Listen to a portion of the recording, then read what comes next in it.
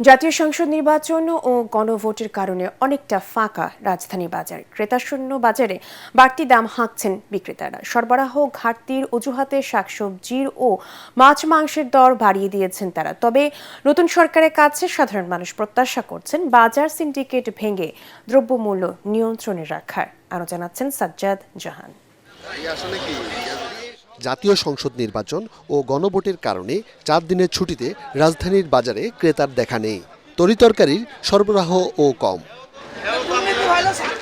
কাঁচামালের সরবরাহ সীমিত থাকার অজুহাতে বাড়তি দাম হাঁকছেন বিক্রেতারা। অভিযোগ ক্রেতাদের, যে পরিমাণ মাল আসে সেই পরিমাণ তারা বেচাকিনি করবে, কিন্তু তারা তো দাম বাড়াই নিছে।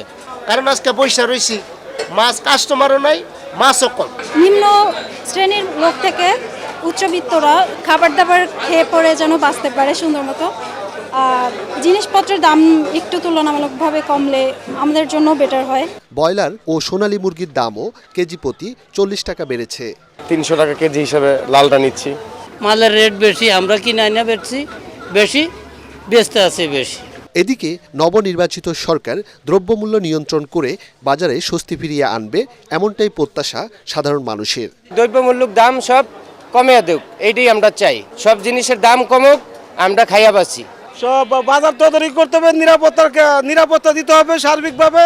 আর দেশের উন্নয়নের কথা কি, আগে জনগণের উন্নয়নের কথা চিন্তা ভাবনা করতে হবে।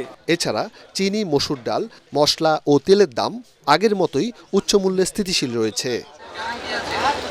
সাজ্জাদ জাহান, এটিএন বাংলা, ঢাকা।